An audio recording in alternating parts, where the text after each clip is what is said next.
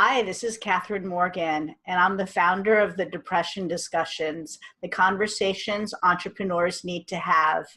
Today, I have the absolute pleasure of interviewing my friend Berni Xiong. She has the most amazing introduction to entrepreneurship that you can imagine. And if you're having a bad day, she had a worse one. So Probably. I love it. That's my new tagline. Thanks for having me, Catherine. I love it. That was an awesome intro. Thank you. So with that kind of a lead in, you have to share this story because I know your story and I was going to take it a different direction. And then I read your about page on your website. I'm like, oh, no. We need to start at the beginning.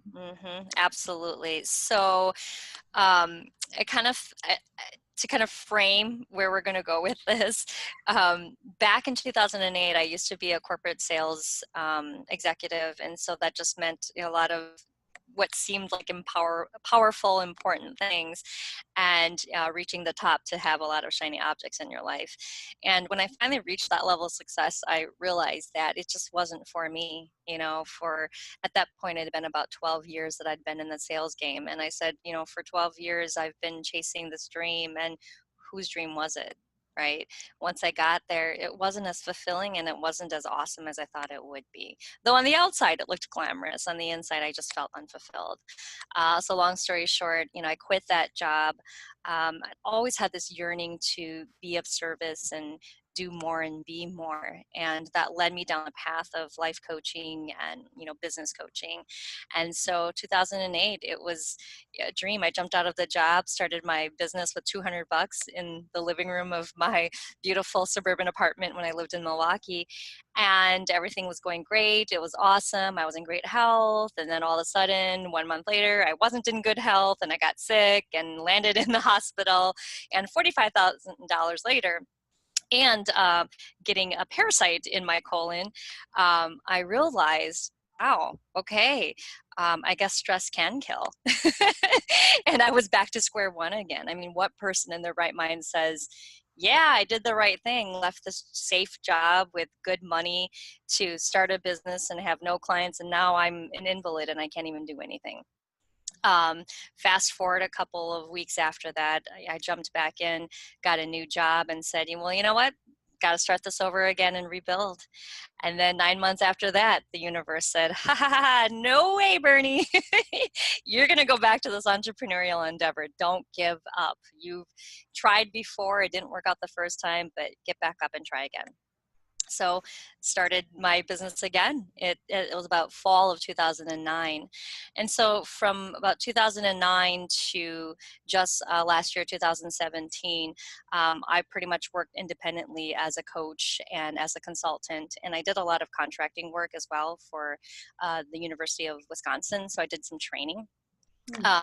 And so it was a great job. I had flexibility. I was my own boss. I could work in my PJs and talk to people like you through Skype or Zoom. But here's the funny thing again, Catherine. When I had the anxiety and the depression before of why am I chasing somebody else's dream to climb the corporate ladder? I want something else.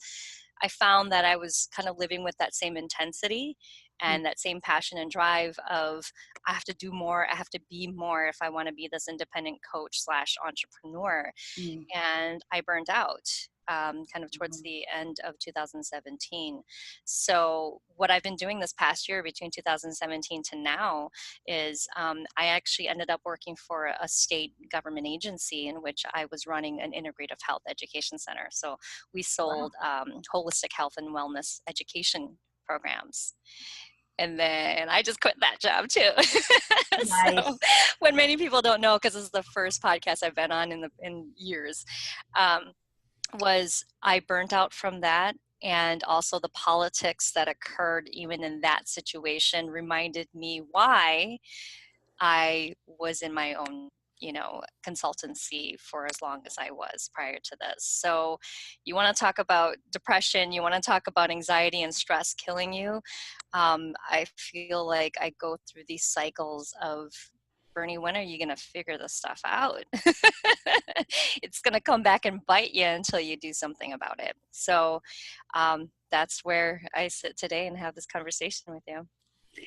Well, thank you for being so open about it. I think that we inevitably struggle with something on the spectrum of anxiety and depression as entrepreneurs. It's just unavoidable, Right. given the fact that we hold our nose and jump into the void frequently, right? I mean, not everything's going to work out. Not everybody's going to react to your offer. You know, it's so hard. But as you were working on integrative medicine, what did you find was helpful for entrepreneurs or specifically for yourself? You know what's, I love this question because I thought that I was going towards something that would be new to me, that would be different, and that I could um, add to the wealth of knowledge and my repertoire of services by being a part of such a massive program like that. So for example, I had 46 adjunct instructors slash trainers and about 150 programs that we offered. And so for me, I'm thinking, this is awesome. But here's my takeaway. I already knew what I needed to know about holistic health education prior to going into the institution. Mm-hmm. And for whatever reason, I was still waiting to be validated by an institutional name that was well known here locally. You know, for me to feel as if I was worthy of the work I do, Catherine. So to be honest with you, the biggest thing I took away was the new connections I made, the 46 instructors, the 150 programs that I got to be a part of, all the way from, you know, the innovation and the creative part of it to, you know, putting it out into marketing copy so that the students would come, and enrolling students as well. So I'm not going to say I didn't gain more knowledge from it or wisdom from it, but if anything, it was being able to connect to people in real life and being able to make that impact and difference. But a reminder for me that I already was enough before I even went in. Yeah, I also find personally that we tend to teach, coach, be thrown into situations of things we need to be learning or remembering. Yes. Like the work that I do for other entrepreneurs is often things that they're very good at for their customers, but get blocked. The marketing coach who can't write their own landing page because Right. they're too close to it, Right. or the equivalent, you know, the strategist who can't figure out their go to market and does outstanding work for their clients, but just Right. gets in their own head going, right? Exactly. Exactly. And that's just it. And you know, and I think another reminder for me too, and I think this will come up quite a bit for those entrepreneurs who do get depressed because they're so withdrawn or isolated. Um, I loved being connected to that many people in real life. And I keep saying in real life, but because before I did have like you, I have a pretty big um, network online. But many times the online relationships do not, you know, manifest as in real life interactions. Unless you make it happen, it doesn't always happen. And being a part of the program this past year, I was able to interface with people and see people and touch, you know, and feel and be connected. And I think that brought me back to life, because being behind a computer for over 10 years by yourself, it got really lonely. And I think the times I fell into depression was when I was alone and when I was in solitude. But I think you probably can understand this too, Catherine, but you don't realize you're depressed until you look back on a situation. And in hindsight, you realize, oh crap, you mean when I was home for 3 months, not going anywhere and saying no to everybody, it was because I was depressed? You don't realize that because at the time you're like, no, I just have things to do and I got to get things done and I'm focused and, you know, I'm an entrepreneur. And then you look back and realize, oh no, yeah, I think I was pretty down in the dumps and just didn't realize it. So I was kind of forced to be a little bit more extroverted. I, by nature, am a little bit more extroverted. I kind of a small E, you know, ENFP is my Myers-Briggs. But, you know, being online a lot, it's a lot easier to fall into the I, you know, because you're not as accustomed to interfacing with people. But I got to bring the extrovert back out in me this past year in doing that. So that was something I'm definitely grateful for. But one of the greatest lessons I learned from this, again, was you're enough. You already were enough. You are enough. You still are enough. And take away the good things that you can from this experience. And then moving forward, whatever comes beyond today, the same thing. You all are already enough. Isolation. It's a big issue for solo entrepreneurs. Yes. A friend of mine coined the term lonelypreneurs. Oh, it's so true. which I kind of love. Yeah. But loneliness is very difficult because we're quote unquote living the dream, and part Yeah. of me, like you, really enjoys the in my sweatpants on my headset aspect of it. Right. But I know that I need to manage against that when I'm too dug in. Yeah. I need to get to a group yoga class. I need to make myself go see a friend. Like, I look at my calendar and see if I have things where I'm actually leaving my house, because I don't really have to. If I have groceries, I'm like, I'm good. Right. And the problem is, as you're sort of slipping into a funk, someone who's a chronic overachiever and driver like you will use busyness to almost substitute. Like, someone who overeats would overeat. Yep. Your drug of choice is busyness. Yes. So you're going to go, crazy with the busy thing. You are so right on about that. That's so funny that you that you read that about me, because people talk about addictions, right?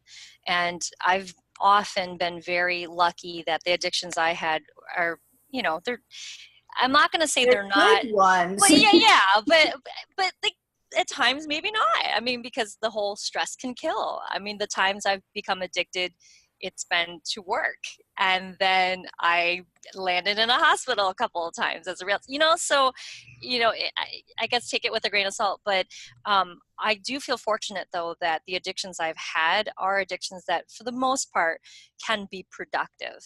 I don't really drink very much. I quit smoking a long time ago. And I've gotten a lot better with my diet and nutrition as well, because I've had to. But you're right. I work a lot. I work a lot. I work hard.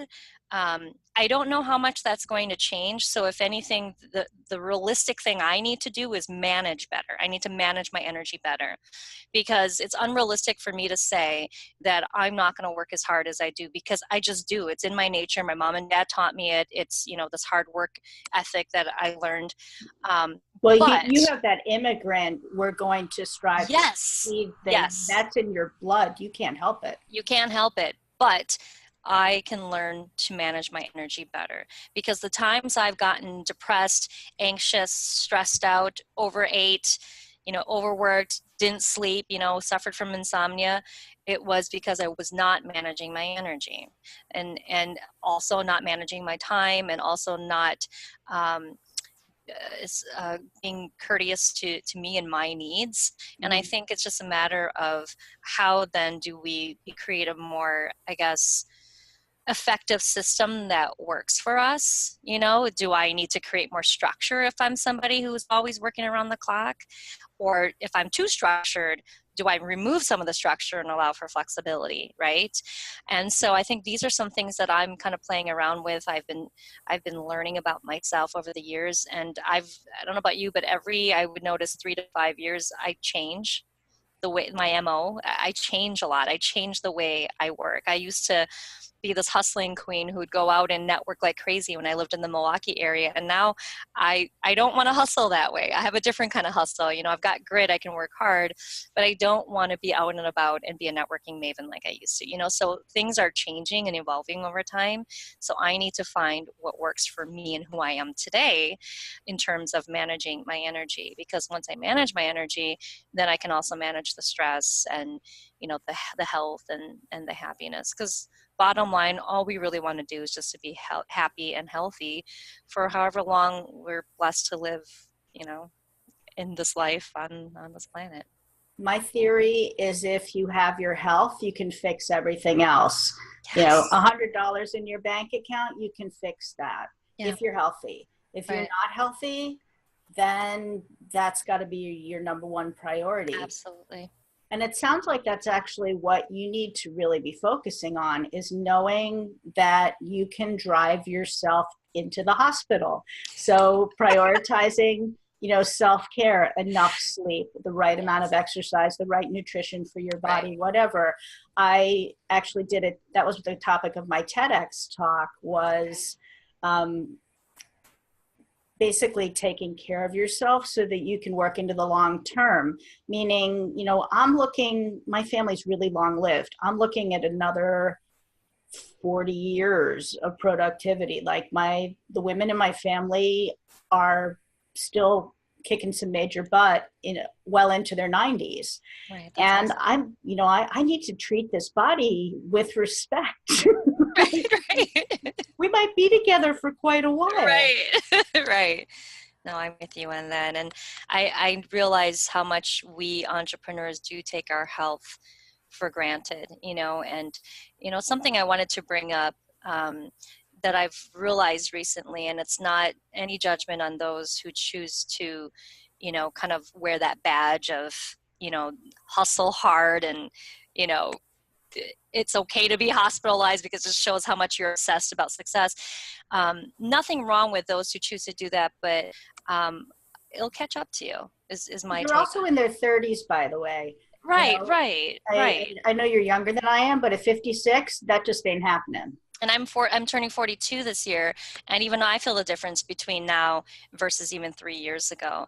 And you're right about that. And I think that when we as entrepreneurs drive home this message that you have to be obsessed with success and that you got to work your butt off and don't sleep, and I mean, I think it's doing a disservice um, to entrepreneurs and people everywhere who feel like if I'm not working that way, then I can't be successful. And the reality is, sure, many people like that are successful, but how long can you sustain that level of success if you Right. are not healthy and if you're not happy? And so that's one big thing I've learned Yeah, we can personally. sprint. I mean, the human animal can sprint, but we can't put ourselves under that kind of sustained stress forever.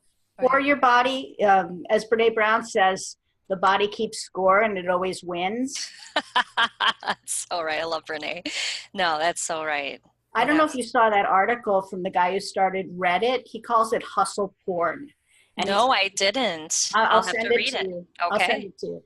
But Yeah. he was really down on it, and he's just Yeah. like, "Look, we've got to get this out of the ecosystem. Good. It's killing people."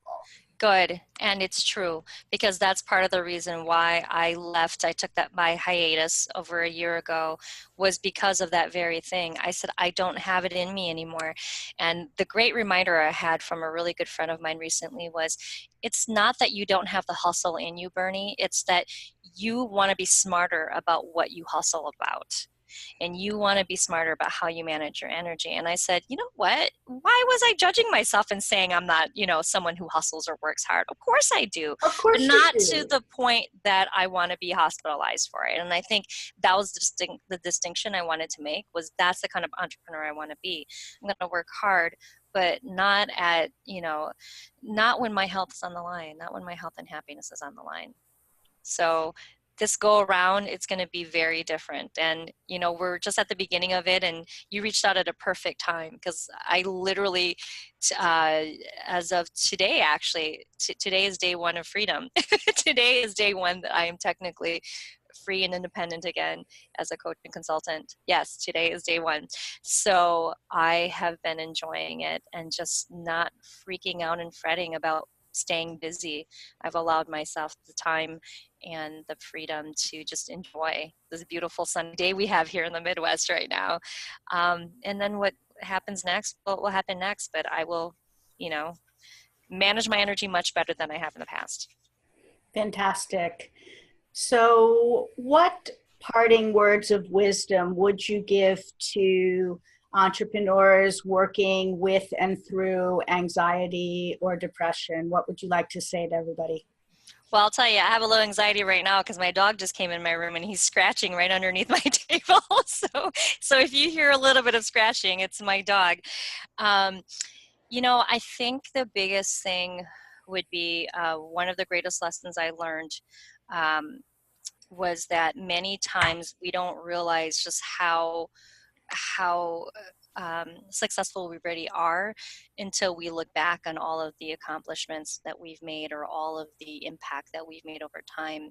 So all that to say, we already are enough. You already are enough wherever you are in your life. If we continue to compare ourselves against somebody who's come before us, we're never going to feel enough. We're never going to feel like we've reached success, and we're always going to be down on ourselves, and we're going to get depressed, and we're going to be anxious because we don't feel like we've done enough, and we don't feel like we have had enough time to get to the place we want to be. But bottom line is, if we realize we are already enough wherever we are in our lives, all we need to do is just look behind us and see who's even just one step behind us, and do what we can to help and serve and support them to move forward along with us, just as those who've come before us, they're doing the same for us. And I think if we see this as an ecosystem of all of us here to support and help each other instead of competitors in this game of life, then I think the pressure kind of lessens, where we don't feel that we have to be perfect or that we have to have everything or that our success is not as good as somebody else's success. So you already are enough. Just pull the guy up behind you. Oh, that's beautiful. Bernie, Xiong, thank you so much for talking with me. It has been an absolute joy. Of course, and thank you for having me. It's so awesome to finally catch up again.